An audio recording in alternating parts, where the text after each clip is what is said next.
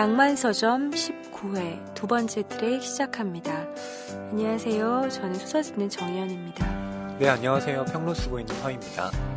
예, 여러분 잘 지내셨나요? 저희 또 왔습니다. 오늘 11월 11일이래요. 업로드되는 날이. 저희는 물론 그 전에 녹음을 하고 있습니다만 빼빼로데이에 평론가님 빼빼로를 받으실까요? 글쎄요. 빼빼로를 먹으면서 이 방송 듣고 계실까요? 예, 제가 사오겠습니다. 잠깐 드시라고. 제가 아몬드. 근데 저 빼빼로 싫어하는데. 아, 그러세요? 네. 왜? 저 과자를 안 좋아해요. 엄마가 어릴 때 안 사줘가지고. 뭘 좋아하시나요, 작가님? 저 단 거를 잘 못 먹어요. 저희 엄마가 그 이 썩는 거에 굉장히 민감한. 치아 관리 있으셨군요. 네네. 그러면서 일단 안 사주셨어요. 잘 단 거를. 그래서 단 거를 지금도 조금만 달아도 막 온몸에 닭살이 돋는. 저 사람도 약간 그렇지 않아요? 어떻게요? 별로 달콤하지 않잖아. 그러니까 작가님이 되게 그냥 겉으로 이렇게 보기에는 참 여려 보이시고 참 이렇게 귀여운 거 좋아하시고 물론 그러신 면이 있죠. 그런데 이렇게 소설 특히 작가님이 이렇게 분석하시고 해석하시는 거 보면 저는 깜짝 놀랄 때가 한두 번이 아닙니다. 달콤하진 않죠? 네, 좀 섬뜩할 때가 있어요. 이렇게 좀 두렵다. 죄송합니다. 이런 느낌이 들 때가 있고요. 아니에요. 네. 네, 특히 제가 좋아하는 소설이라고 막 가져오는 걸 보면 다 네. 그렇습니다. 저 따뜻하고 달콤한 소설, 제 달콤한 나이 소설이라는 소설이 있긴 하지만 싫어합니다. 그래서 그때 그런 질문 되게 많이 받았었어요. 달콤한 나이 도시 때 달콤한 거 좋아하냐 그러면 제가 그 모범 답안이 있었어요. 뭐요? 달콤이라는 건 너무나 주관적인 거 아니냐. 나는 카카오 70%만 먹어도 달콤하다. 예, 그런 얘기를 하곤 했었죠. 정말이에요. 저 90% 먹습니다. 거의 그 고무 맛이 느껴지는. 좋아요. 그 다크한 맛이. 네. 다크한 맛의 쓴 커피. 네. 그러면 빼빼로데이 날 제가 다크 초콜릿으로 준비해 주세요. 예, 알겠습니다. 네, 여러분 정말 빼빼로 드시면서 저희 듣고 계시죠? 즐겨주시면 좋겠네요. 네. 책이 가득한 그리고 소설을 사랑하는 책방, 여기는 낭만서점입니다.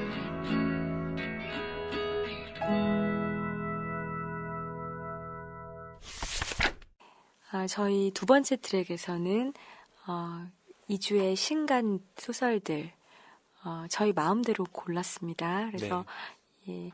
최근에 어떤 재미있는 소설들이 나왔는지 같이 이야기해보고요. 신간 소설 중에서 한 권 골라서 집중적으로 파보는 그런 시간입니다. 네, 제가 한국 소설을 그리고 정혜연 작가님께서 외국 소설을 준비해 오셨는데요.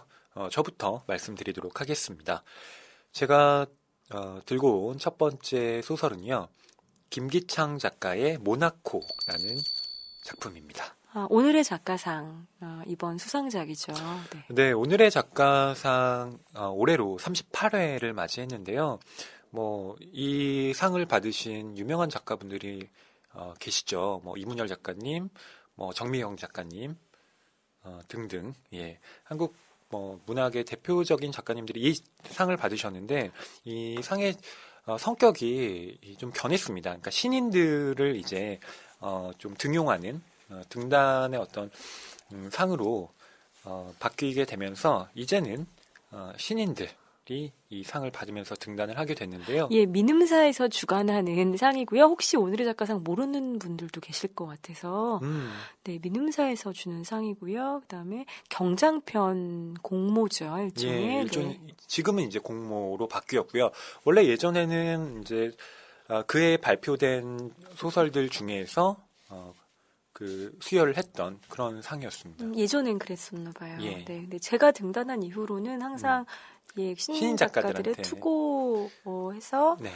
그래서 좀 오늘의 작가상 수상작이라고 하면요, 2000년대 이후에 좀 아주 무겁지는 않지만 가독성이 있고 읽는 재미가 있는 그런 젊은 작가들의 장편 이런 시리즈라는 느낌이 강합니다. 네, 대표적으로는 최민석 작가님의 작가님의 능력자도 네. 등단작은 아니지만 원래 활동을 하시다가 공모전의 형식으로 내셔서 오늘의 작가상을 받으신 그런 예, 조금 경우입니다. 경장편들이 네. 많이 투고를 하시는 것 같아요. 김혜나 작가의 제리도 제리, 예, 뭐 이런 오늘의 작품들이 작가상 있죠. 수상작이죠.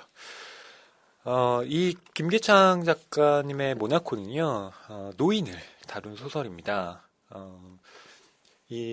우리 한국 문학에서 사실 이 노인이라는 캐릭터를 다루는 게 그렇게 많지는 않잖아요. 네, 근데 일종의 사각지대였어요. 네, 그렇습니다. 근데 박범신 작가님의 은교가 있었죠. 그렇죠. 그 네. 이후로는 좀 드문 이런 캐릭터였는데 이 현대 사회의 이 고독사를 네. 중심에 두고 노인이 돼 정말 이 노인이 그 젊음을 간직하고 있는 노인입니다. 그러니까 네. 그 은교에 나오는 주인공과 비슷해요.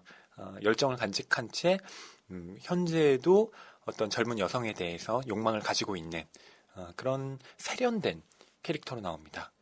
그 인물이 어떻게 그 자기의 어떤 죽음을 목전에 두고 마지막 사랑을 불태우는가 그런 이야기들이 이 소설 안에 들어 있습니다. 네, 지금 뭐 설명해 주시는 것만 듣고는 정말 은교가 떠오르는데요.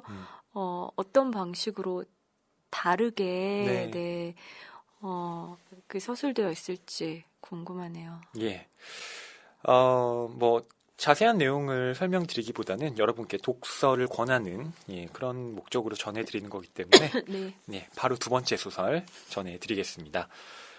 두 번째 제가 골라온 작품은요. 전경림 작가님의 해변 빌라라는 작품입니다. 네, 정경림 작가님의 새로운 장편이 출간됐습니다. 네, 10번째 장편 소설이라고 해요. 벌써 그러네요. 네. 사실 저는 이 해변 빌라를 아직 읽지 못했습니다. 오늘 출간이 됐다고 하더라고요. 오늘이요. 네. 예. 빠르게. 그런데 왜 제가 들고 왔느냐? 우선 저한테는 그러니까 작가님들의 어떤 이름만 보고 손이 가게 되는 소설들이 있습니다. 네. 그러니까 예를 들면 정현 작가님의 신작이 나온다고 하면 저는 그냥 예약 판매를 해서 삽니다. 그러니까 이런 식으로. 정경림 작가님의 경우도 그래요. 그러니까 네. 뭐 내 생애 하루뿐인 뭐 특별한 날, 뭐 이런 작품으로 또 많이 여러분께 알려져 있지만 개인적으로 단편들 굉장히 또 제가 좋아하고 그렇기 때문에 이번에 해변 빌라가 나온다고 했을 때 바로 보고 싶다는 생각을 했고요.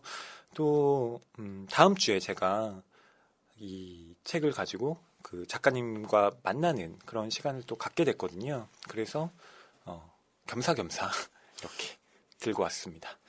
네, 이거 아마 일일 연재하셨던 걸로 기억해요. 네. 또 그 일일 연재 때와 많이들 달라지시더라고요. 네, 작가님도 단행본으로 묶이면 장편 연재를 하시면 네, 마지막에 네. 퇴고하실 때 많이 작품이 좀 바뀌지 일일 않으세요? 연재를 하다 보면 아무래도 뭐 이음새나 이런 것들 때문에 편하게 되는데요. 네, 저도 꼭 빨리 읽어보도록 하겠습니다. 예, 그래서 뭐 이 줄거리를 제가 뭐 다 말씀드릴 수가 없고요. 네. 뭐 저도 읽지 않았기 때문에 다만 이 유지라는 인물과 또 자기가 이제껏 그 작은 고모로 알고 있었던 사람이 사실은 유지의 엄마였다는 사실을 알게 되면서 이렇게 엮여져 들어가는 그런 서사들이 펼쳐져 있다고 하는데요. 기대감을 갖고 있습니다. 네, 정경린 작가님의 어떤 소설들에 보면 그 모녀 관계가 이렇게 좀 이렇게 너무나 당연한 관계잖아요. 그런데 좀 생경하고 서걱거리면서 그럼에도 이어져 있는 그런 식의 그 모녀 관계들을 묘사하실 때가 있는데 그런 부분 읽으면 진짜 가슴이 싸해지면서 고개를 끄덕이게 되는 그런 지점이 있습니다. 예. 네. 이것에 대한 독후감은 제가 다음 주에 정경린 작가님과 이야기를 나누고 다시 그 소감을 말씀드리도록 하겠습니다. 네, 저는 외국 소설, 번역 소설 2권 가지고 왔습니다. 예. 오늘은 특이하게도 좀 우리 늘 소개하는 뭐 영미권 작가, 뭐 일본 작가, 중국 작가, 프랑스 작가 아닙니다. 아니군요. 네. 오늘은요. 첫 번째는 헝가리 작가의 소설입니다. 헝가리. 예. 네. 작가 이름은요, 나더 쉬피테르고요. 책 제목은 세렐렘입니다. 이것은 헝가리어로 사랑이라는 뜻이라고 해요. 예. 우리나라에서는 이제 처음으로 번역이 소개가 되는 그런 작가인데요. 헝가리에서는 이 시대 최고의 작가라는 그런 수사를 받고 있고, 그리고 우리만 모를 뿐 노벨상 늘 그 후보에 유력하게 오르고 있는 그런 작가입니다. 수전 손택이 우리 시대의 토마스만, 우리 시대의 최고의 작가라는 수식어를 남기기도 했다고 하는데요. 예. 이제 그의 대표작입니다. 중장편 소설이라고 해요. 저는 아직 저도 읽어보진 않았는데요. 소설의 전통적인 서사 형식을 좀 벗어나서 시적인 느낌이 들기도 하고요. 이게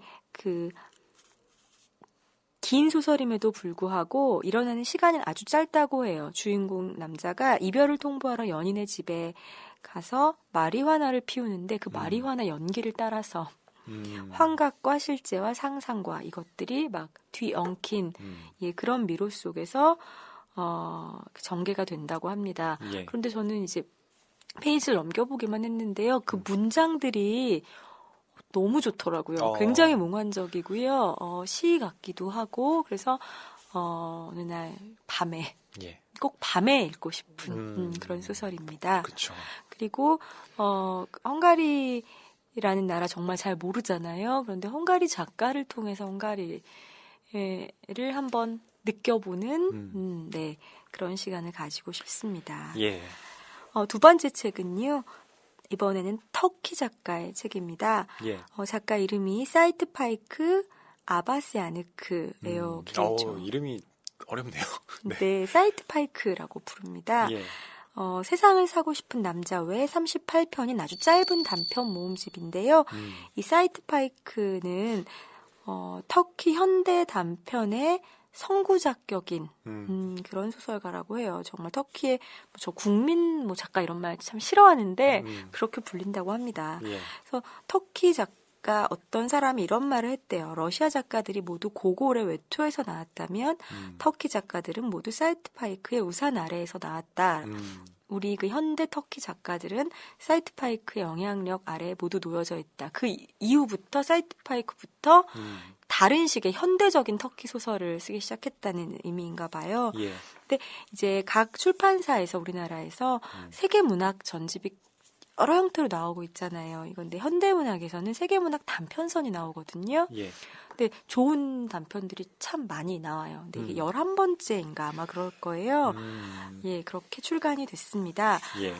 저는 집에 왔길래 좀 몇 편 읽었어요. 근데 재밌어요. 되게 재밌고요. 아주 짧은데 네.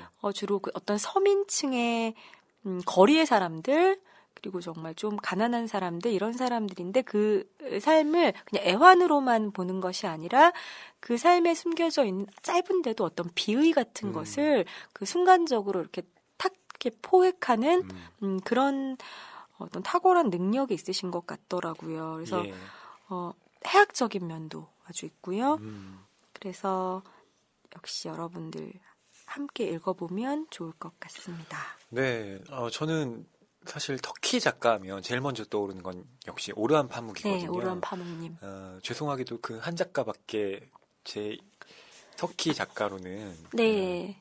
그 머릿속에 떠오르지 않는데 이번에 소개해 주신 이 작품 보면서 저희 좁은 소견을 좀 넓혀 가보도록 하겠습니다. 네, 저는 터키 이스탄불이랑 한 2번 정도 갔다 왔거든요. 근데 그 터키 사람들 참 어느 나라나 마찬가지겠지만 그 정말 특유의 어떤 정서들이 있어요. 근데 그 제가 느꼈던 터키가 오르한 파묵의 터키와는 조금 다르다라는 느낌을 받았어요. 오르한 파묵을 좋아하지만 현대적인 막 그 이스탄불에 막 뭐라고 동서양이 섞여 있는 막 정말 끌어오르는 것 같은 그런 느낌이면서 한편으로는 또 굉장히 고요한 막 이런 느낌들이 있는데 예.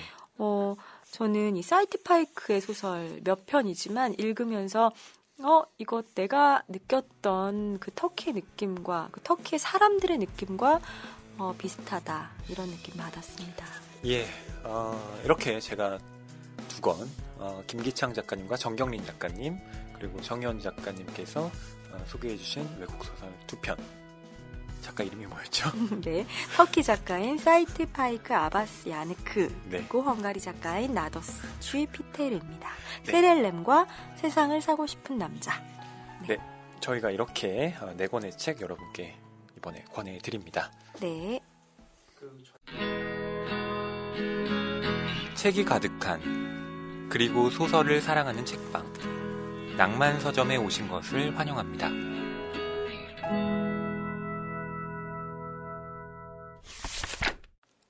네.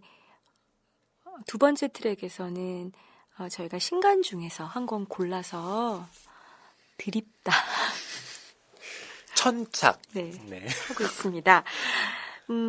그런데요, 저희가 항상 한 2주 정도 간격으로 녹음을 하니까 이제 2주 안에 나온 소설 중에 한 권 찾아서 하는데요. 뭐 우리끼리 정한 원칙인데 뭐 원칙은 원래 깨라고 있는 거잖아요.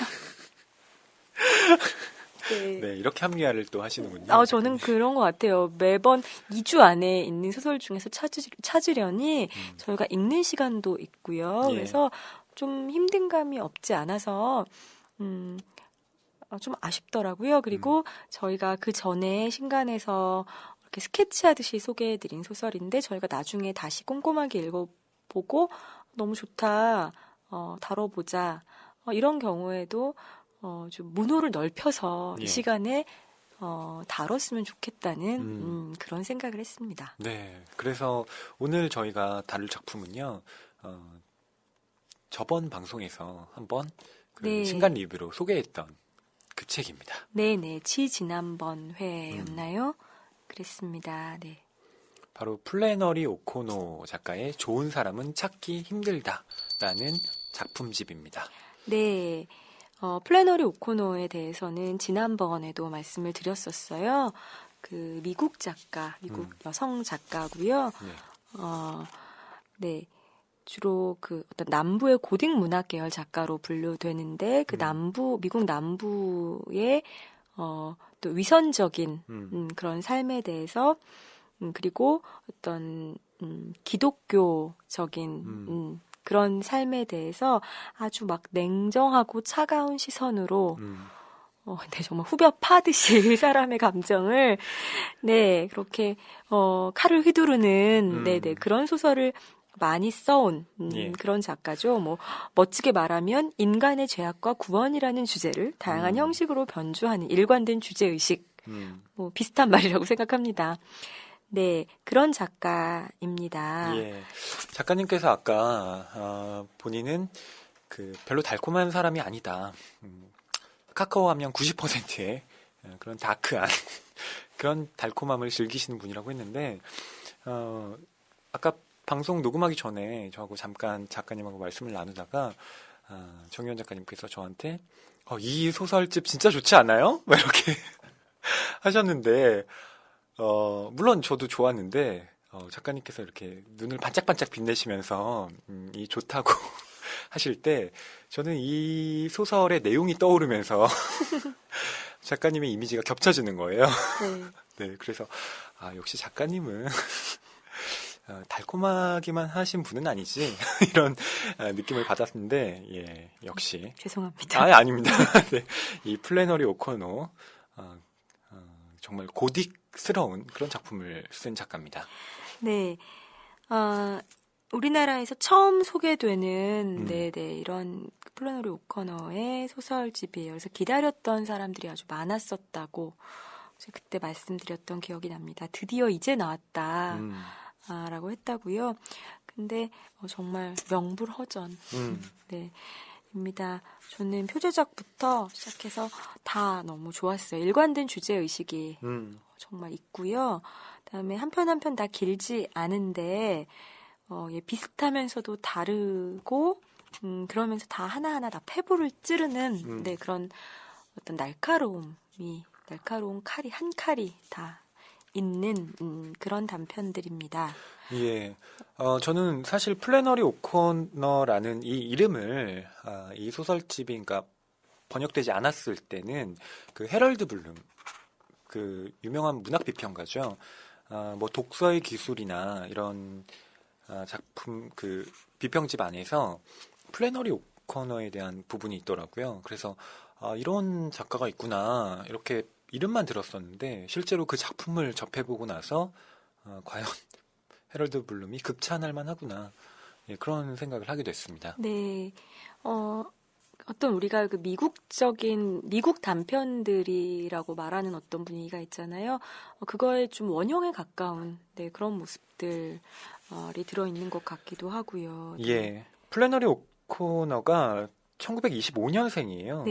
예, 그리고 1964년에 생을 마감했거든요. 그러니까 39의 나이로 세상을 떠난 건데, 그 단편 소설을 특히 좀 많이 남겨서 대부분 그녀의 작품은 장편보다는 좀 단편으로 많이 알려진 편입니다. 네. 25세 홍반성 낭창이라는 병에 걸려서 오랜 세월 투병을 했고요. 그리고 뭐 카톨릭계 집안에서 자랐는데 음, 그 두 가지의 어떤 뭐 작가의 개인사에서 나왔을 거라고 유추되는 어떤 정서가 음. 이 소설 안에 기묘하게 변형된 방식으로 들어 있습니다. 예, 그걸 말씀드려야 될 것 같은데, 아까 작가님께서 오코너는 카톨릭 예, 네. 전통의 그 종교적 그 가치관을 갖고 있는 인물이라고 하셨는데, 실제로 그 영문학에서 이 오코너를 평가할 때 가장 중점에 두는 부분이 바로 그 카톨릭이라는 종교입니다.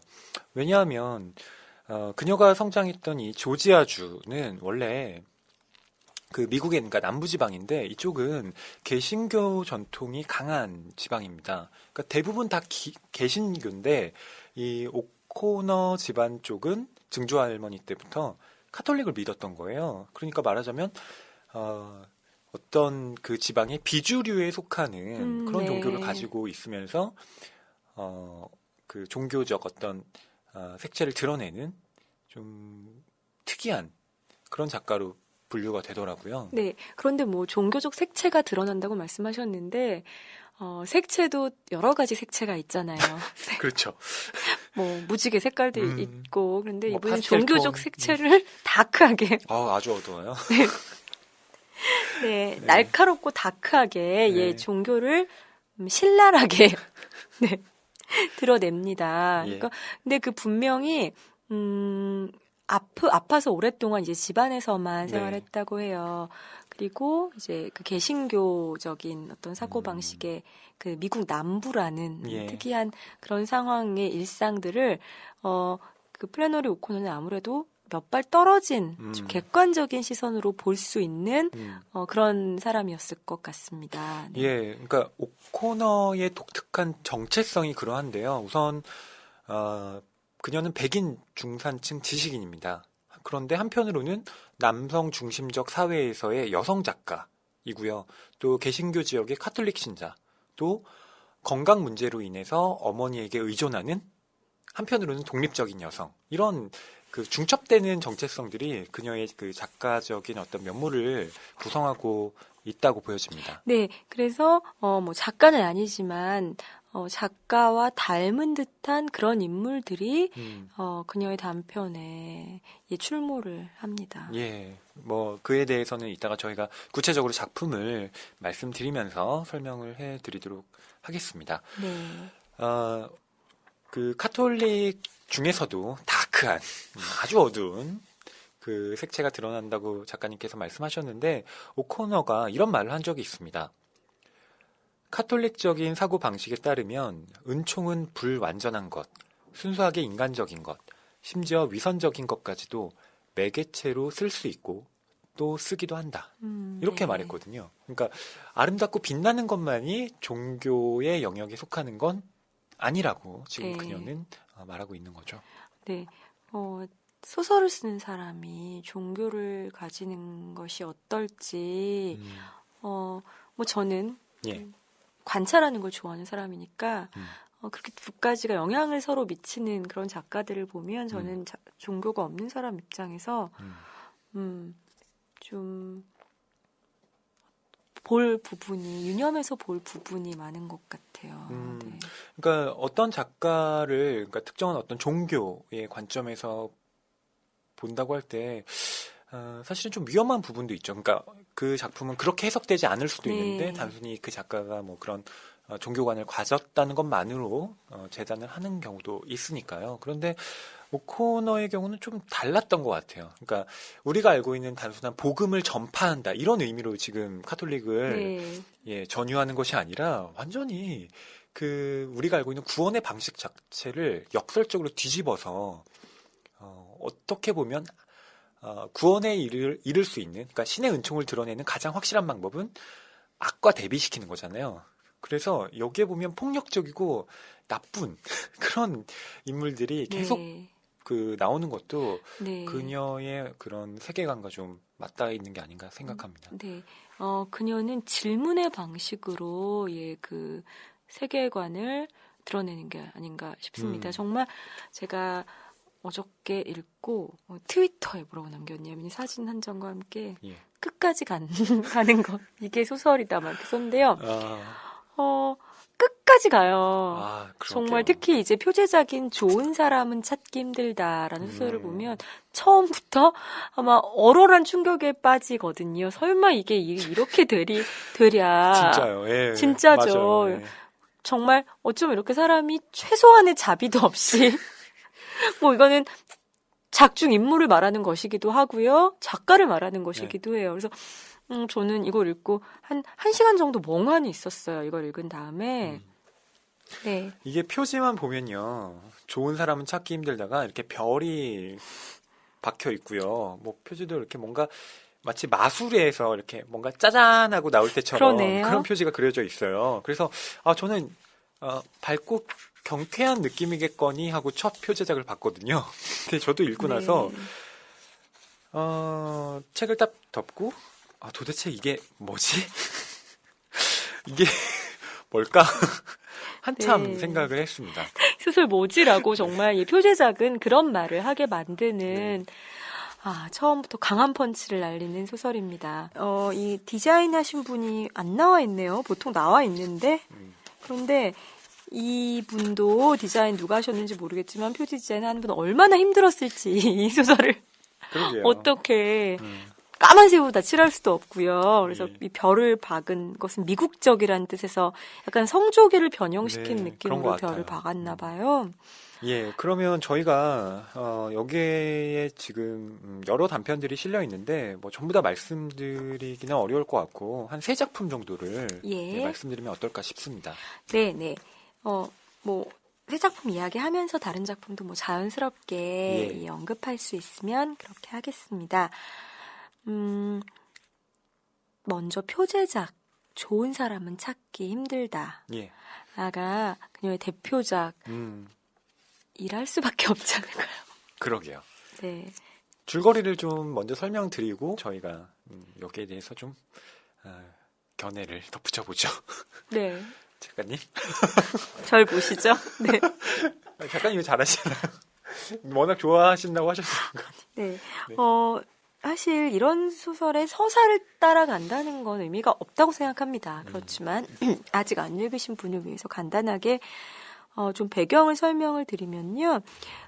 여기 한 가족이 있습니다. 할머니와 아들과 며느리와 어린 아이들로 구성이 된 가족인데요. 이제 할머니가 계속 이렇게 이야기를 합니다. 중심 인물이에요. 이 가족은 어딘가로 가족 나들이를 갑니다. 예. 그렇죠? 근데 할머니는 처음부터 불안해요. 그쪽 지역으로 가는 게. 왜냐하면 얼마 전에 교도소에서 어떤 죄수 한 명이 탈주를 했거든요. 예. 근데 그는 스스로를 미스핏이라고 부릅니다. 미스핏은 무슨 뜻인가요?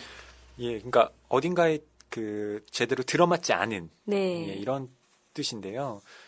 말 그대로 어떤 생활의 방식 거기에 맞춰서 따라가는 룰이 있는데 거기에 맞지 않게 살아가는 인물이라는 뜻에서 부적응자. 예, 미스핏이라는 네. 별명이 붙었습니다. 이것을 스스로 자기가 나 부적응자야라고 미스핏이야라고 그렇게 부르는 그런 탈주범이 그 마을에는, 그 동네에는 나타난다고 한다. 가지 말자고 계속 하지만 이 할머니의 의견은 계속 묵살이 되고요. 이들은 뭐 멀쩡하게 어쨌든 차를 타고 나들이를 갑니다. 예.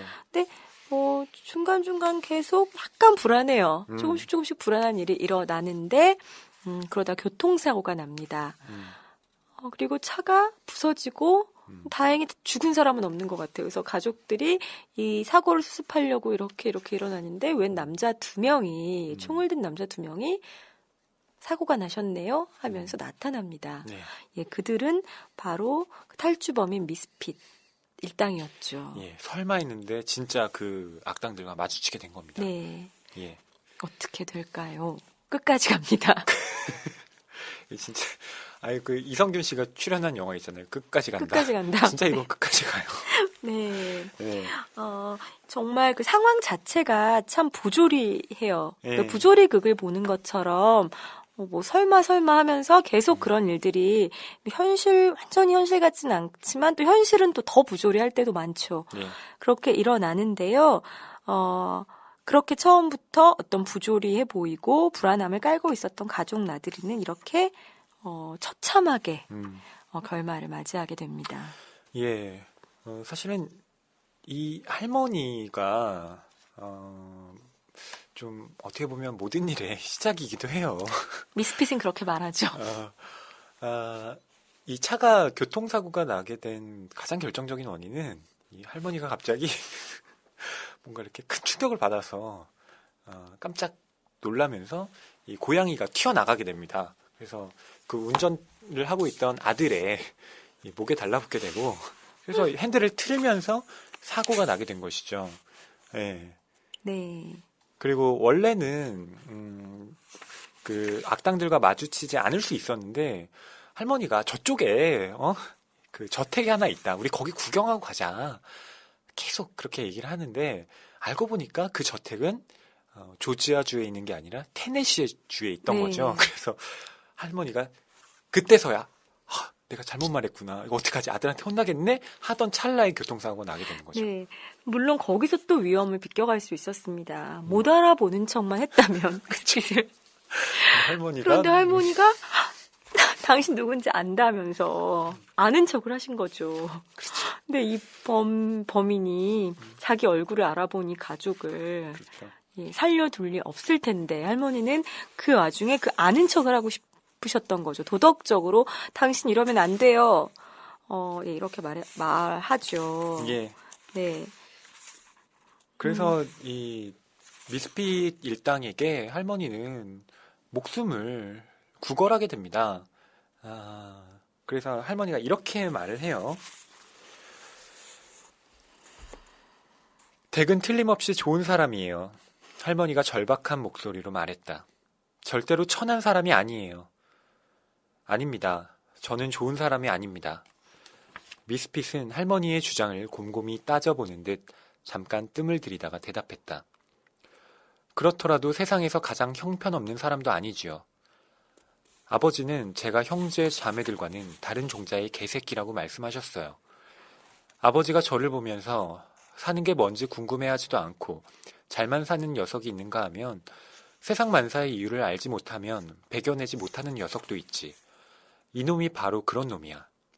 온 세상을 헤집고 다닐 녀석이라고 라고 말씀하시곤 했죠. 네, 이렇게. 네, 그렇습니다. 그렇게 할머니는 처음에는 미스핏을 당신 탈주범이지 막 이렇게 하다가 미스핏이 한 명씩 죽이기 시작하자 네, 자기의 목숨을 살려달라고. 당신이 나 같은 여자를 쏠 리가 없잖아요. 당신 좋은 사람이니까.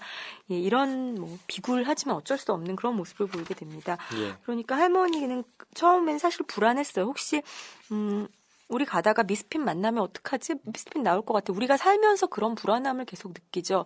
그런데 할머니는 그걸 다른 가족들은 나이브하게 역시 그 상황을 받아들였어요.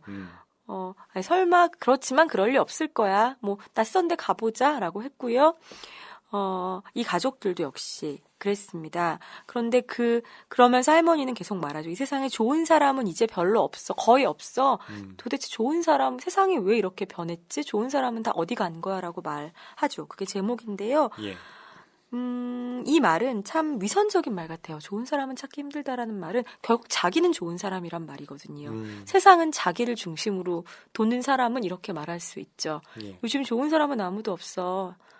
나는 빼고 생략이 되어 있죠. 그렇죠. 그리고 예전에는 좋은 사람이 많았는데 이제는 찾기 힘들어. 음. 예전에 뭐 많았다고 누가 그러나요? 음. 근데 예전에 자기가 세상을 몰랐을 때는 그랬나 보죠. 그런데 자기는 순수하게 남아 있는데 자기와 자기 가족은 순수하게 남아 있는데 우리 편은 세상에 다른 것들은 적들은 저렇게 더 나빠지고 사람들은 점점 다 적이 되었다라고 말할 때 바로 쓰는 문장이 좋은 사람은 찾기 힘들어 이 문장인 것 같고요.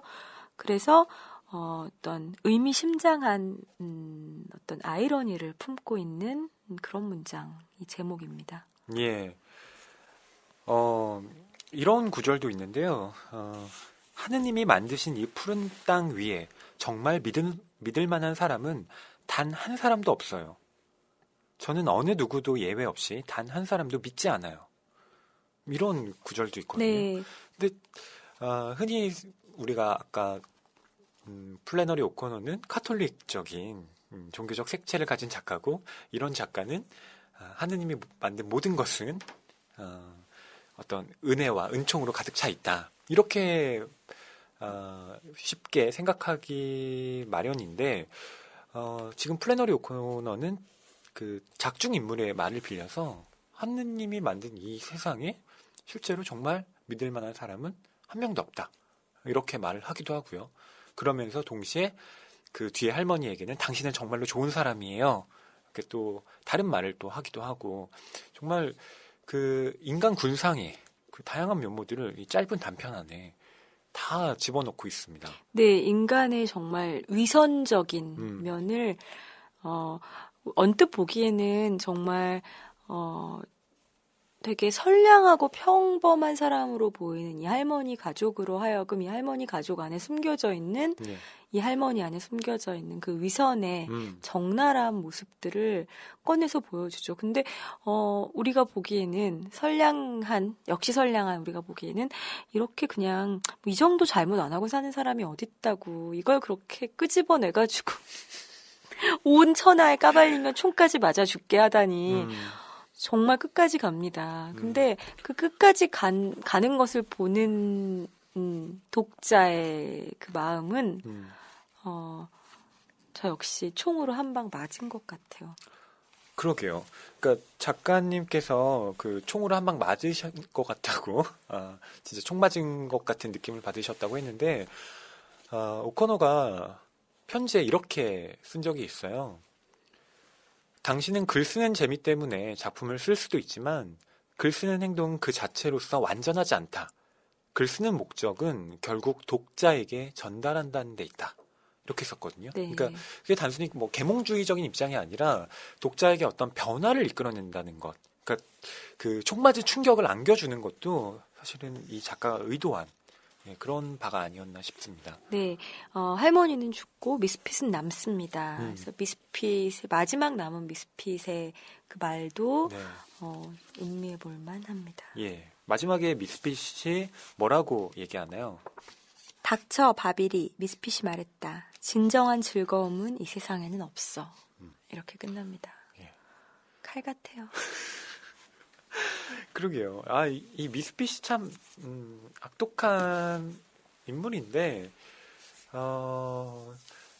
어떻게 보면 저는 이 인물이 심판자처럼 보이기도 하는 거예요. 네. 이게 처음 봐서는 정말 어떤 소설인지 감을 잡기가 어렵더라고요. 뭔가 가슴에 텅 하고 울림을 주긴 했는데 이 울림의 정체가 뭘까? 네. 제가 지금까지 느껴보지 못했던 어떤 감각을 일깨워주는 것 같아서 좀 신기하기도 했고요. 네. 그런 지금까지 느끼지 못했던 감각을 일깨워주는 소설, 지금까지 놀라지 않았던 근육을 놀라게 해주는 소설이 좋은 소설이에요.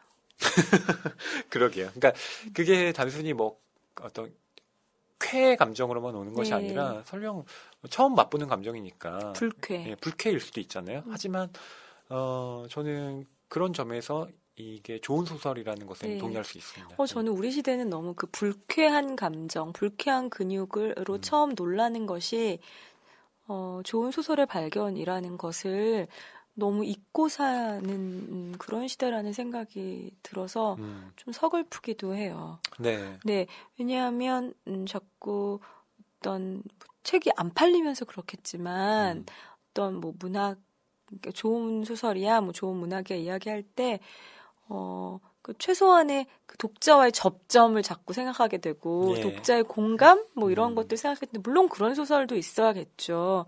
그렇지만 이렇게 악을 악으로 또 위선을 위선으로 몰아붙이는 끝까지 가는 이런 소설의 존재가 그래서 더 고맙게 느껴집니다. 예. 평범해 보이는 일상에 가해지는 거대한 충격. 뭐 또 작지만 정말 치명적인 그렇죠. 충격, 총성 한 방. 그러니까 좋은 사람은 찾기 힘들다의 경우에는 결국 모든 인물들의 어떤 죽음으로 귀결이 되니까 어떻게 보면 거대한 충격인데 또 다른 작품들을 보면 그렇게 죽음으로 끝나진 않더라도 역시 네. 예, 그런 균열들 네, 다 충격이 다 다 발생합니다. 있습니다. 네, 그래서 다음에 이야기할 작품은요, 저희 그 선한 시골 사람들 이라는 작품입니다. 선한 시골 사람들은 좀 그래도 약간 짧지만은 않은 예. 네네 뒤에 두 편은 그런데요. 이것 역시 이 선한 시골 사람들이라는 이 말 자체에 아이러니가 들어있는 문장이죠. 좋은 사람은 찾기 힘들다처럼요. 예. 뭐 선한 시골 사람들이 어디서 이 제목이 유래했는가 하면 소설 안에 이런 구절이 있습니다. 선한 시골 사람들은 이 땅이 소금 같은 존재예요. 그리고 사람은 저마다 사는 방법이 다르기 마련이고 그렇게 다양한 사람들이 모여야 세상이 굴러가는 거예요. 그런 게 인생이죠. 네. 이 호프의 부인이 이야기합니다. 선한 시골 사람들은 저는 이 작가를 좀 연상시키는 이런 인물이 문제적 인물이 나옵니다. 조이라는 인물인데요. 예. 이 조이는 호프의 부인이라는 어머니와 둘이 모녀 가정으로 삽니다. 그리고 이를 도와주는 일꾼들이 있고요. 조이는 32세의 미혼녀인데요. 한쪽 10살 때 그 한쪽 다리를 절단을 해서 의족을 합니다. 뭐 예전이니까 지금처럼 뭐 의족 기술이나 이런 게 발전하지 않았으니까요. 정말 말 그대로 나무 다리 같은 것을 하고 있는 것 같습니다. 그리고 공부를 아주 많이 해서 학위를 여러 개 가지고 있고 박사학위도 가지고 있어요. 예. 철학 박사 네. 심지어. 네. 근데 어머니는 거기에 대해서 불만이에요. 네, 왜냐하면 우리 딸이 뭐 예를 들어 다른 걸 전공했으면 우리 딸이 뭐 어떤 일을 한다고 이렇게 자랑스럽게 얘기할 수 있는데 우리 딸은 철학자라고 이렇게 얘기하기가 부끄럽다고 생각하는 거예요. 네. 어머니는. 네.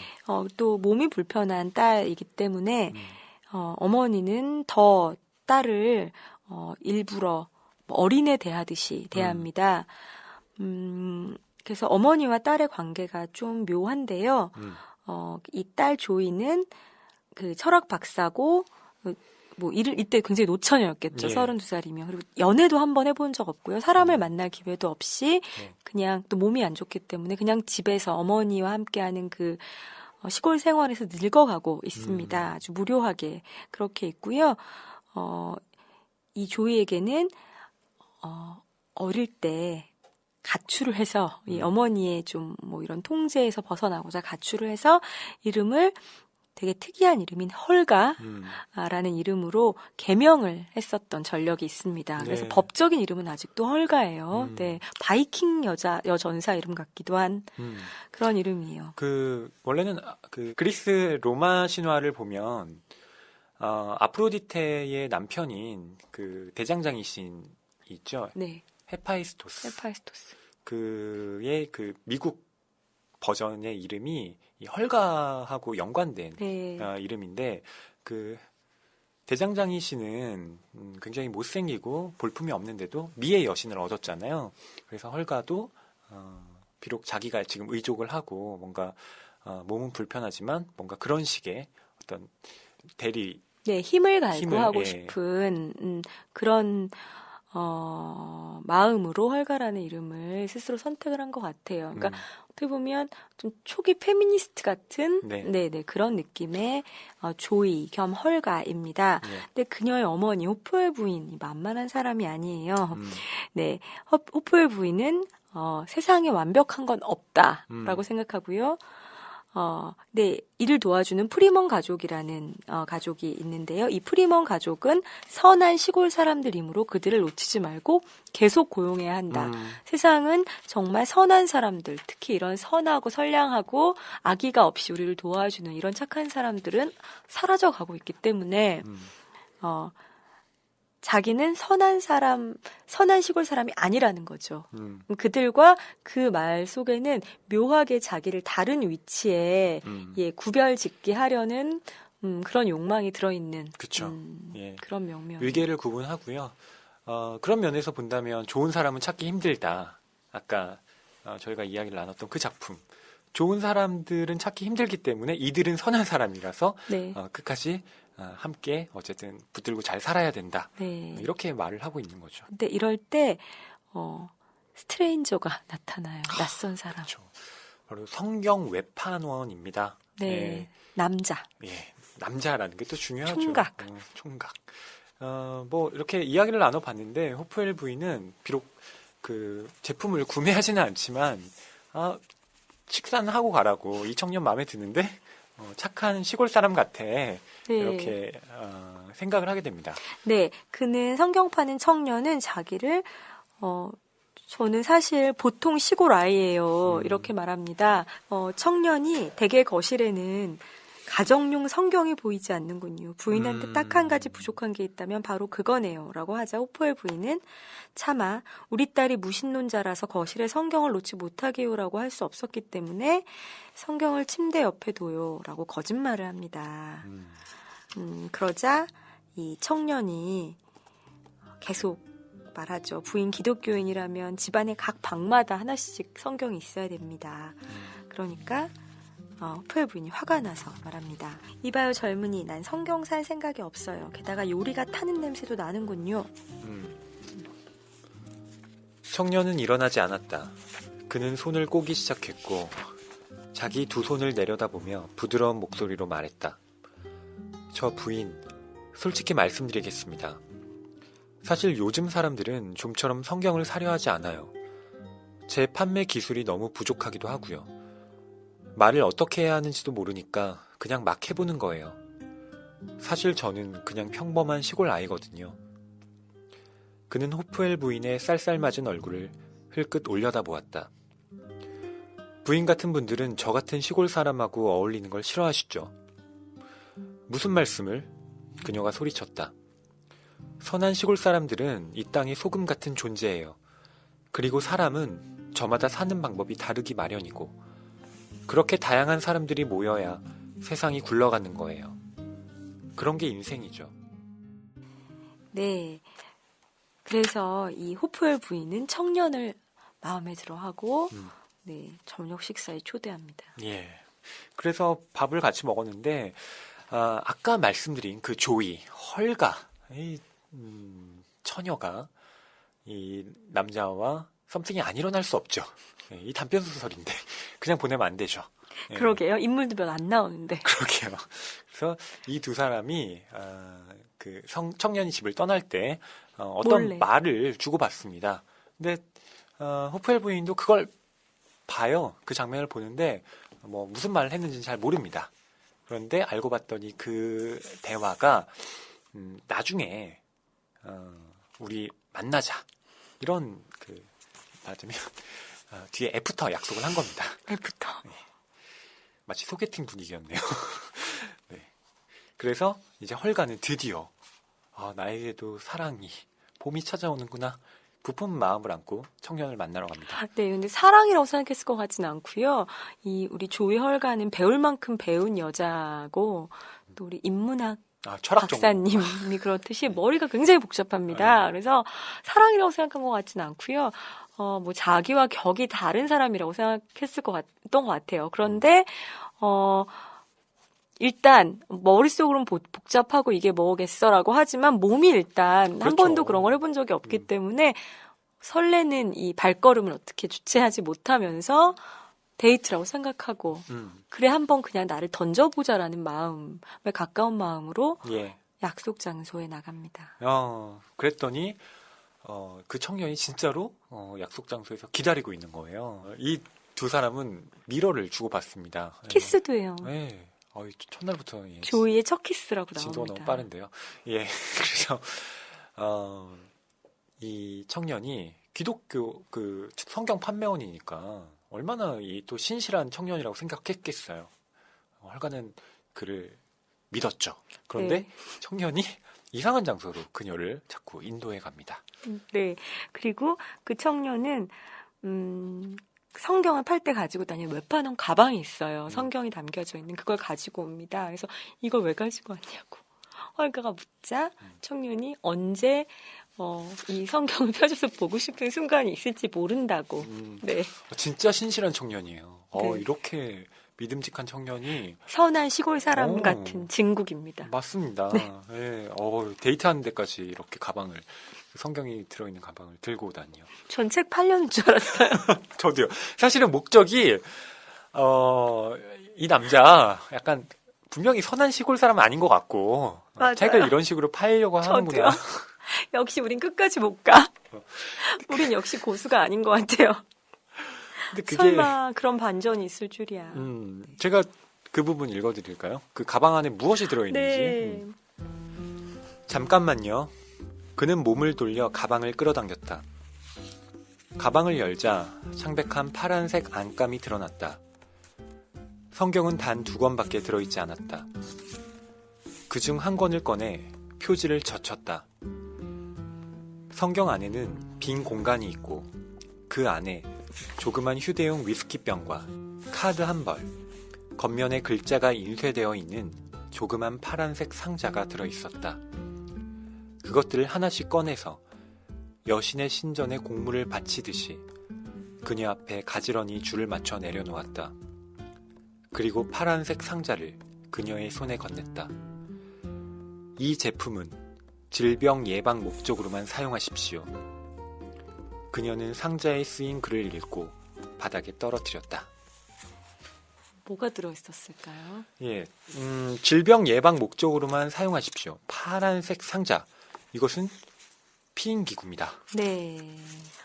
저는 이 부분 읽고 이게 뭔지 구체적으로 단어가 나오진 않거든요. 그래서 짐작만 할 뿐인데 이걸 너무나 궁금해하셨던 우리 허희님께서 논문을 찾아보고 오셨다고 합니다. 예, 플래너리 오코노 워낙 유명한 작가니까 네. 정체가 뭐였죠? 질병 예방 목적으로만 사용하라는 이 제품은 바로 남성들의 피임기구인 콘돔이었습니다. 그렇군요. 예. 그러니까 가방 안에 들어있는 건 위스키 그리고 카드, 콘돔 이 3개가 들어있던 건데 네. 카드도 그냥 카드가 아닙니다. 그렇습니다. 예, 음란한 그런 그림들이 네. 그려져 있는 음화 같은 게 그려져 있는 한마디로 추나의 카드죠. 네네. 예. 그렇습니다. 그러면서 한 모금 마셔요. 그가 위스키병을 그녀에게 내밉니다. 그럼 당신은 그녀가 간청하듯 절박한 목소리로 중얼거렸다. 당신은 선한 시골 사람이 아니었나요? 그가 대답합니다. 아니긴요. 그런 말을 해도 그만두지 않을 거예요. 난 주일뿐만 아니라 평일에도 당신만큼은 선한 사람이라고요. 네. 저는 그런데 이 오코너가 이 소설을 쓴 건 단순히 이 성경 외판원인 남자를 비판하기 위해서 썼다고는 생각하지 않나요? 그러니까 이 남자가 조이, 그러니까 헐가에게 하는 말이 대단히 저는 인상 깊었습니다. 그러니까 철학을 전공한 사람이기 때문에 이 헐가는 기본적으로 무신론자예요. 네. 그러니까 물론 모든 철학자들이 무신론일 필요는 없지만 자기 이성을 믿는 여자입니다. 그래서 뭐라고 그 남자가 항변을 하냐면 조금 전까지 아무것도 안 믿는다고 했잖아요. 난 당신이 대단한 여자일 줄 알았다고요. 그의 얼굴이 거의 자줏빛에 가깝게 달아올랐다.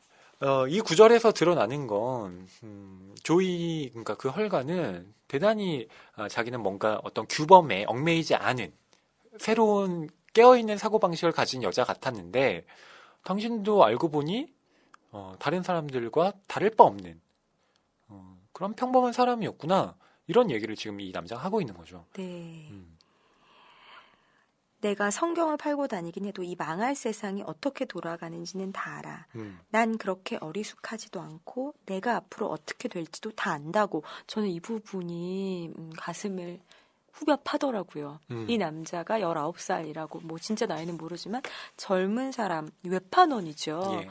그런데 내가 앞으로 어떻게 될지 다 안다라고 말하는 이것. 그래서 그 좋은 사람은 찾기 힘들다라는 소설에 미스핏도 겹쳐 보였어요. 네, 맞아요. 또 조이 이 헐가라는 인물이 오코노의 그 어떤 분신처럼 느껴지기도 했는데요. 왜냐하면 오코노 역시 25살 때 그 낭창에 걸려서 계속 그 투병 생활을 하거든요. 그렇게 본다면 고등교육을 받은 그리고 집에서밖에 생활할 수 없는 그런 여성이라는 점에서 이 조이 헐가는 곧 오코노 자신이라고 봐도 좀 무방하지 않을까 그런 생각을 좀 하기도 했습니다. 네, 그런데 그렇다면 보통 우리가 본능적으로 자기를 좀 보호하게 되잖아요. 그런데 이 오코너가 보통 사람이 아닌 것이 그 조이 헐가를 가장 비참한 방식으로 버려두게 합니다. 예. 버려지게 합니다. 죽이는 게 낫죠. 어떻게 보면. 예, 그렇게 그 자기의 마지막 어떤 자존심, 가면이라고 할 수 있는 보통 사람처럼 보이게 안간힘을 쓰게 만드는 그 의족을 벗긴 채로 예, 어떤 먼 곳에 유폐된 그런 상태로 혼자 남겨지게 예, 합니다. 그래서 저는 이게 만약 그 스스로의 분신이라고 혹시 그렇게 했다면 예. 정말 그 아주 막 맑은 눈으로 자기 자신을 완전히 그렇게 들여다보는 예, 그런 뭐 몸짓, 몸부림 그렇게 하겠다는 그런 결기 같은 게 느껴졌어요. 네, 그러니까 어떤 우리가 삶이 전회를 경험하게 될 때는 보통 좋은 경험을 해서 물론 전회를 하기도 하지만 정말 자기의 인생의 가장 비참한 순간과 맞닥뜨렸을 때 네. 삶이 바뀌기도 하잖아요. 그것도 일종의 어떤 전회라고 볼 수가 있을 텐데 저는 오코너는 후자의 방식. 네. 예, 가장 절망적이고 밑바닥에서 어떤 삶을 다른 방향으로 이끌어내는 그런 모습을 가진 작가가 아닌가 싶습니다. 네, 그렇습니다. 저희가 뭐 깊게 다루진 않겠습니다만 세 번째 수록작이 당신이 구하는 생명은 당신 자신의 것인지도 모른다라는 작품이 있어요. 이 작품에서도 그 어머니와 딸이 둘이 사는 집이 나오고요. 딸은 약간 정신적으로 좀 모자른 그런 약간 정신 지체 이런 딸이 나오고요. 이 딸을 결혼시키려는 엄마의 어떤 몸부림, 그래서 어떤 뜨내기 목수를 붙잡아서 딸과 결혼을 시키는 이런 모습이 나옵니다. 예. 그래서 이게 오코너 소설의 이런 식의 모녀 가정과 그 침입자이면서 구원자처럼 보이는 젊은 남성 예. 이 그 틈에 들어왔을 때 이 관계가 어떻게 균열이 일어나고 이 여성은 어떻게 남겨지는지에 대한 어떤 특별한 관심이 있어 보여요. 예, 그렇습니다. 이 여성의 삶에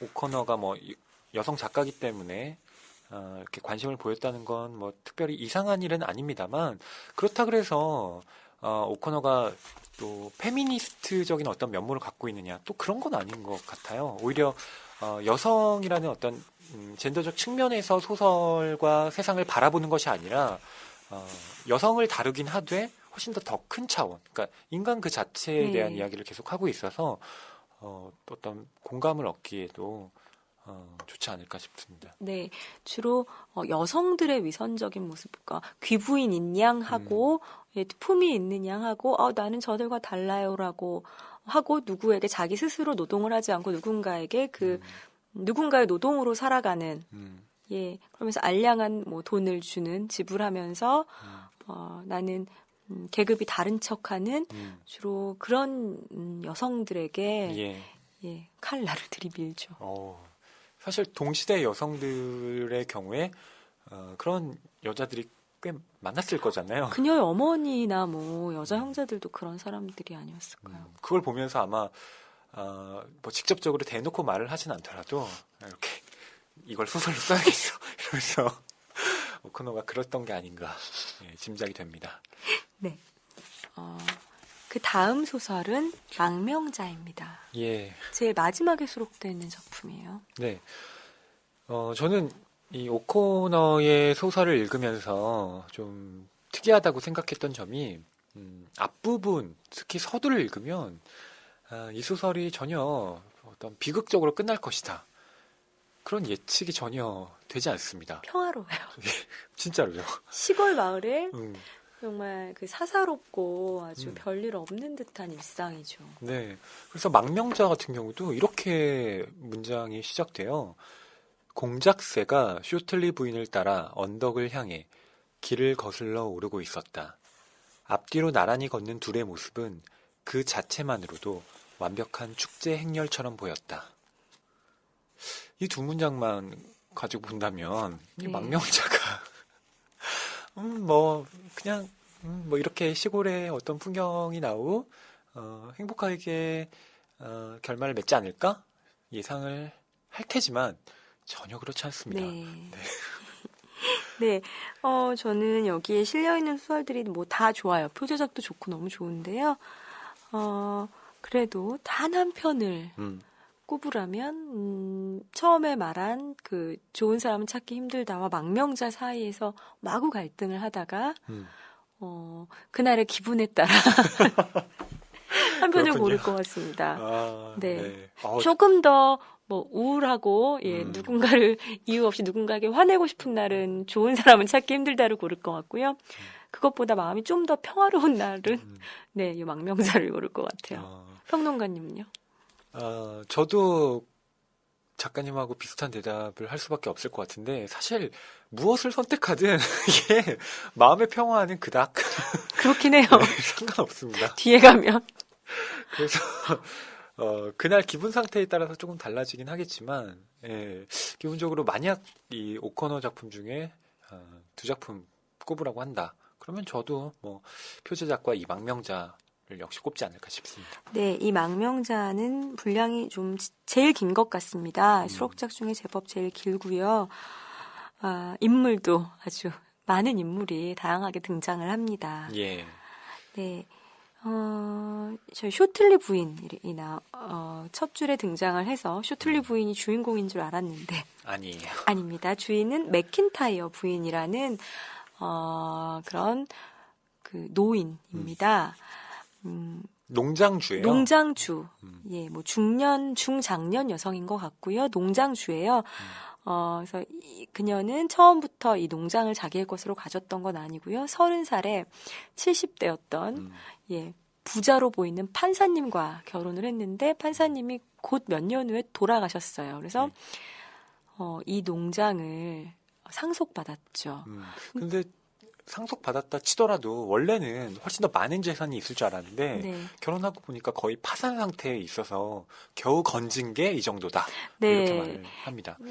그리고 그 이후에도 두 번의 결혼을 했지만 다 이혼을 했어요. 그래서 지금은 혼자 이 농장을 농장에서 그 일꾼들을 부리면서 근근히 뭐 아주 부유하지는 않게 살아가는 그런 여성입니다. 예.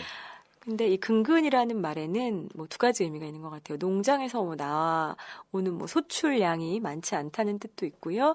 농장이 돌아가게 하려면 그 이제 일하는 사람들이 있어야 되잖아요. 근데 일하는 사람을 역시 오코너의 그 동네 분들은 믿을 만한 일하는 사람을 구하는 게 참 힘들어요. 선한 사람, 좋은 사람은 없기 때문에 예. 역시 그 선한 사람은 없다 증후군에 시달리고 계십니다. 예. 그런 면에서 본다면 지금 저희가 얘기했던 첫 번째, 두 번째, 이 세 번째 작품까지 전부 좋은 사람은 찾기 힘들고 선한 시골 사람 역시 귀하다. 귀하다라는 게 계속 일관되게 이어지죠. 네, 믿을 사람 없다라고 말하는 그런 여성들입니다. 예, 농장주 아주머니인데요. 예. 그래서 이 맥킨타이어 부인의 농장에는 쇼틀리 가족이 백인인데 이렇게 일을 도우려고 있습니다. 그리고 네. 이미 노예 해방은 된 상태지만 여전히 흑인 노예들 리었던 그런 흑인 노동자들이 있습니다. 예. 그리고 이 흑인 일꾼들을 이렇게 관리 감독하려고 이제 백인이 쇼틀리 가족을 고용하고 있죠. 그래서 맥킨타이어 부인은 그나마 쇼틀리 부인이 선한 시골 사람이라고 이라고? 생각하면서 근근하게 지내고 있습니다. 예. 근데 그때 그 마을의 신부님이 망명자 가족이라는 한 가족을 그 농장으로 데리고 와서 취직을 시킵니다. 예. 이 망명자 가족은요, 폴란드에서 온 사람들인데, 이 사람들은 아마 시대적 배경이 정확하게 언급이 되어 있진 않지만, 2차 세계대전이었던 것 같아요. 왜냐하면, 폴란드의 그 어떤 수용소, 그러니까 그런 죽음을 피해서 왔다라고 언급이 되어 있기 때문에, 아마도 그 유태인 학살을 피해서 온 그런 가족들이 아닌가 짐작이 네, 됩니다. 폴란드 사람들이고요. 거기서 이제 이 미국까지 어떻게 흘러서 도망자처럼 이렇게 온 사람들입니다. 그래서 귀자크 가족이라고 부릅니다. 그런데 이 사람들은 이제 영어를 거의 모릅니다. 그래서 의사소통은 잘 되지 않아요. 근데 정말 소처럼 열심히 일합니다. 우선 이 귀자크 이 남자, 이 아버지죠. 그 가족의 일을 되게 잘해요. 트랙터도 몰 줄 알고 모든 그 기술에 능합니다. 그래서 쇼틀리 부인의 남편이 위협을 받죠. 네. 왜냐하면 자기는 이제껏 그냥 대충 자기만으로도 했는데. 대충 해도 인정받고 살았는데 저 남자가 들어오면서 비교가 되잖아요. 저 남자는 담배도 안 피우고 성실해. 진짜 근면하게 일하는데 그러니까 이제 맥킨타이어 부인은 쇼틀리 저 사람 생각보다 게으르고 일도 못하는 사람이었구나 이렇게 비교가 되기 시작한 거죠. 네, 참. 보면 어떤 집단에서 갑자기 너무 특출난 사람이 들어오면 그 사람 때문에 원래 있던 사람들이 피해를 보는 경우가 있어요. 그거 피해라고 말씀하시면 안 되지 않을까? 저는 특출난 사람이 아니기 때문에 피해봤어요. 근데 귀자크의 입장에서 보면 얼마나 황당하겠어요. 여기 뭔가 이 농장도 뭔가 산업인데 그래서 뭔가 하긴 하는데 이 쇼틀리 씨를 보면 그 농장은 직업이라고 했지만 부업인 것 같고 사실 그 옆에 그 맥킨타이어 부인의 남는 땅에 술 공장 같은 걸 차려가지고 밀주를 만들고 일은 설렁설렁 하거든요. 그런데 귀자크는 뭐 그걸 아는지 모르는지 누구한테 뭐 말을 하는지 안 하는지 어쨌든 자기 맡겨진 일을 굉장히 우직하게 합니다. 왜냐하면 그는 더 이상 밀려날 데가 없고 뭐 어딘가 몸을 의탁할 데가 없기 때문에 이렇게 자기 몸으로 여기 돌파해 가야겠다고 그렇게 생각한 것 같아요. 그런 모습을 보고 맥킨타이어 부인도 정말 좋아합니다. 네. 우리가 일꾼을 제대로 얻었어. 저런 사람 또 드리고 싶다. 이렇게 하면서 이 귀자크 그 가족에 대해서 전폭적인 신뢰를 보내게 되고 상대적으로 이제 쇼틀리 그 가족은 어떤 위기에 직면하게 됩니다. 네. 참 한쪽에 전폭적인 지지를 보내면 뭐 다른 한쪽도 열심히 하라고 하면 될 텐데 역시 고용주들이란 그래서 계속 비교를 하죠. 그동안 멀쩡해 보였던 이 쇼틀리 가족을 실눈을 뜨고 보면서 너의 노동은 다른 걸로 대체할 수 있어 라고 말을 하죠. 그래서 쇼틀리 가족을 해고하기로 한 날 쇼틀리 부인이 몰래 그 말을 엿듣고 야반 도주를 합니다. 미리 다 도망쳐 버리는 거죠. 근데 알고 봤더니 우리 맥킨타이어 부인은 누구를 제대로 해고한 적이 여태까지 없습니다. 해고하려고 마음 먹으면 항상 한 발 앞서 그들이 도망쳐 버립니다. 네. 그래서 사실 쇼틀리 부인 그 가족이 떠났을 때도 마음을 한편으로는 되게 후련하다고 생각하기도 해요. 내가 그렇게 싫은 말 안 해도 안 해도 되니까. 되니까. 네. 근데 그것이 과연 잘 된 일이었는지는 이 뒤에 내용을 읽어보면 꼭 그렇지만은 않다. 예, 그것이 또 펼쳐지게 됩니다. 네. 저는 이 망명자라는 소설에서 이렇게 무언가가 모든 뭐 좋은 소설에는 다 그런 부분이 있어요. 하얀색으로 이렇게 보이던 어떤 색깔이 갑자기 실은 검정색이었음이 확 드러나는 이 그 매듭의 순간이 확 있거든요. 근데 예. 여기에도 그런 순간이 있습니다. 예, 좀 읽어주시면 어떨까 싶은데요. 네. 네. 그 맥킨타이어 그 농장에는 이제 귀자크 씨 가족과 그다음에 흑인 일꾼들이 있습니다. 근데 그 흑인 일꾼 중에 좀 지능이 떨어져 보이는 네, 그런 젊은 남자가 있어요. 예. 네, 썰크라는 이름인데요. 그 썰크가 어느 날 이 귀자크 씨와 뭔가 비밀스러운 말을 나누는 그런 광경을 봅니다. 그래서 그 부분 한번 읽어볼게요. 예. 그녀는 축사안을 걸으며 얼룩 하나 보이지 않을 정도로 깨끗하게 물 청소해 놓은 콘크리트 바닥을 만족스럽게 둘러보았다. 이제 겨우 9시 반이었다. 쇼틀릿이라면 11시 전에는 절대로 끝내지 못할 일이었다. 축사 반대편으로 나와보니 썰크가 귀자크 씨가 준 물건을 들여다보면서 길을 비스듬히 가로질러 느릿느릿 걷고 있었다. 그는 부인을 미처 보지 못한 채 걸음을 멈추고 무릎을 굽히더니 자기 손 위로 고개를 숙이고는 혀를 내밀어 작은 원을 그렸다. 그의 손에는 사진이 들려 있었다. 그는 손가락 끝으로 사진을 더듬다가 그녀를 발견하고는 입은 반쯤 웃고 손가락을 위로 쳐든 상태로 굳어버렸다. 왜 밭에 나가지 않았지? 그녀가 물었다. 그는 한 발을 들고 입을 더 크게 벌리며 사진을 뒷주머니에 넣으려고 몸을 더듬었다. 그거 뭐야? 그녀가 물었다. 아무것도 아니에요. 그가 어물거리며 자기도 모르게 사진을 그녀에게 내밀었다. 사진 속에는 12살쯤으로 보이는 소녀가 하얀 드레스를 입고 서 있었다. 금발머리 위에 화관을 썼고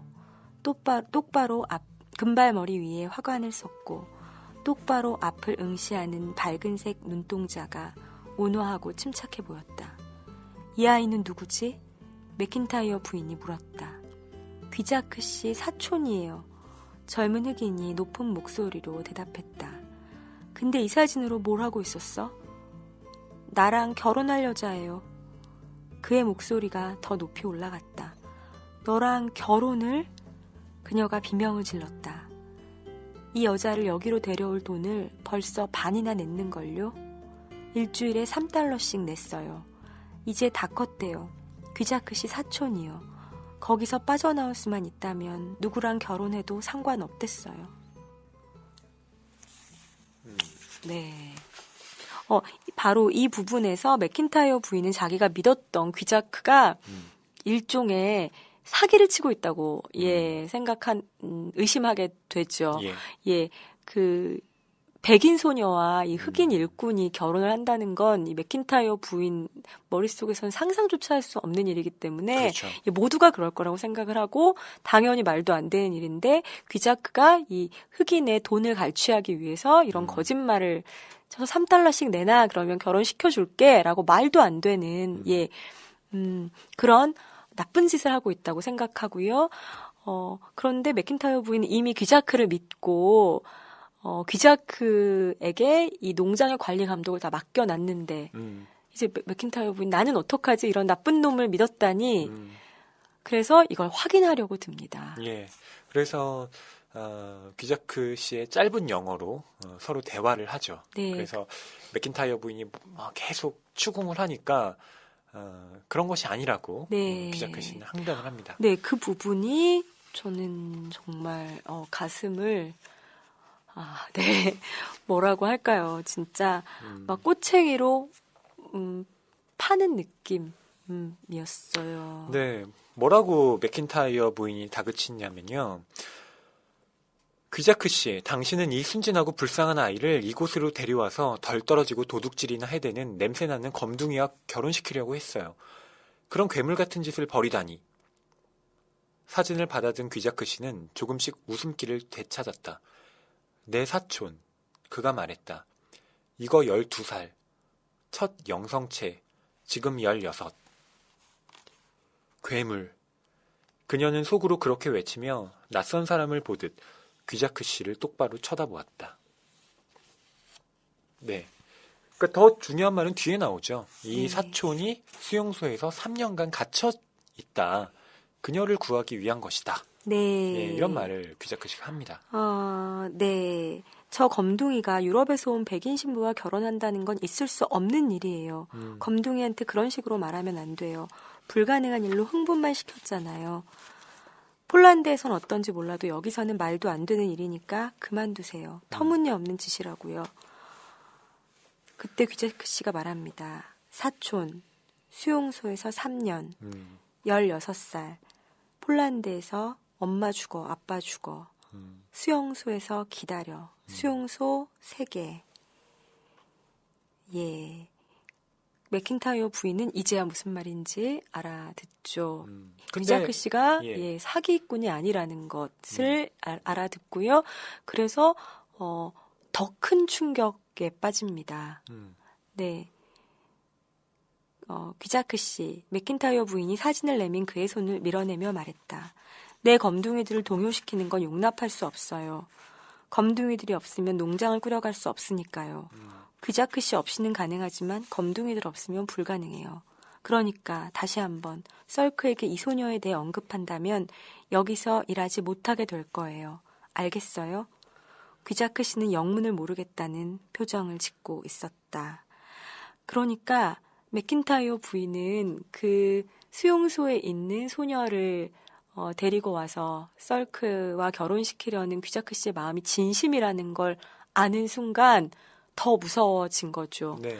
그녀는 그 썰크라는 흑인이 동요하는 것, 그리고 그 자신의 초라하지만 자신의 그 농장에서 그런 일이 일어나는 것을 용납할 수 없습니다. 그렇죠. 그래서 그 소녀를 구하는 것보다 자신의 흑인들이 동요하는 게 더 싫죠. 예. 그리고 그런 마음을 가진 자기가 나쁘다는 것도 압니다. 그렇지만 이렇게 합니다.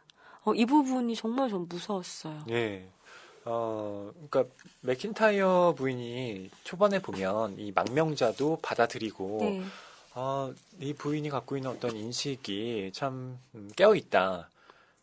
이렇게 짐작할 수도 있는데 이 뒤에 가면 얼마나 그 철저하게 뿌리 깊은 인습에 사로잡혀 있는 사람인지 또 그것으로 어떤 사람의 목숨을 좀 포기하게 만드는 그런 일을 자행할 수 있는 사람인지도 드러나서 저 역시 좀 섬뜩한 그런 마음을 갖게 됐습니다. 네, 맥킨타이어 부인이 말해요. 사실은 다 알아들으면서 자기가 마음대로 하려고 못 알아듣는 척하는 것뿐이에요.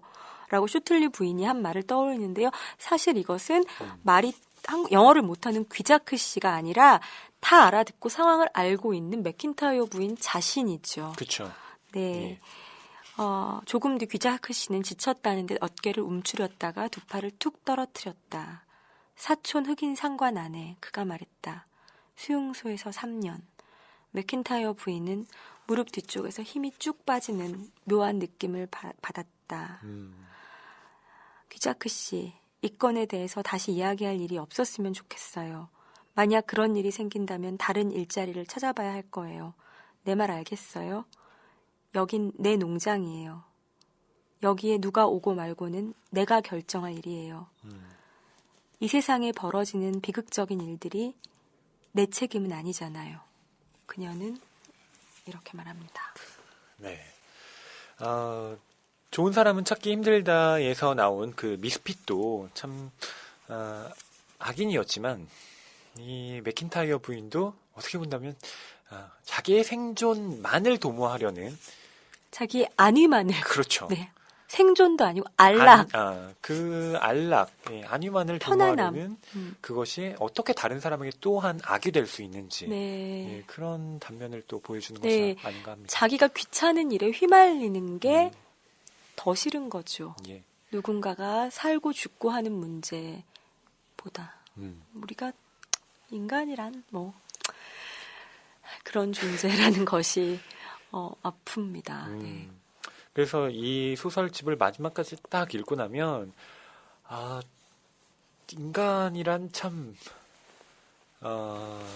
얼마나 악해질 수 있는가, 나빠질 수 있는가. 저는 이런 질문을 하게 되더라고요. 네. 그러니까 소설을 보고 어떤 위로나 감동을 얻는 게 아니고요. 계속해서 그래 인간은 정말 그래 동물이야. 이렇게 동물을 모욕하지 마세요. 아니요. 그런 의미의 동물이 아니라 네. 그렇게 좀 괴롭게 만드는 그런 소설이라는 생각이 듭니다. 네, 평론가님이 인간이 얼마나 나빠질 수 있는가라고 하셨는데 저는 조금 다르게 인간은 얼마나 나쁜가, 그런데 얼마나 감추고 사는가를 또 아프게 자문해 봤어요. 그리고 우리가 뭐 이것은 선하고 이것은 악하다, 이것은 좋은 사람이고 이것은 나쁜 사람이다라고 말하는 그 기준은 얼마나 모호하고 얼마나 허약한가. 네, 이런 것들도 생각하지 않을 수 없었습니다. 예. 여러 가지 의미에서 정말 섬뜩하고 예리한 소설, 그리고 저희 낭만서점 청취자분들께 꼭 권하고 싶은 그런 소설이었습니다.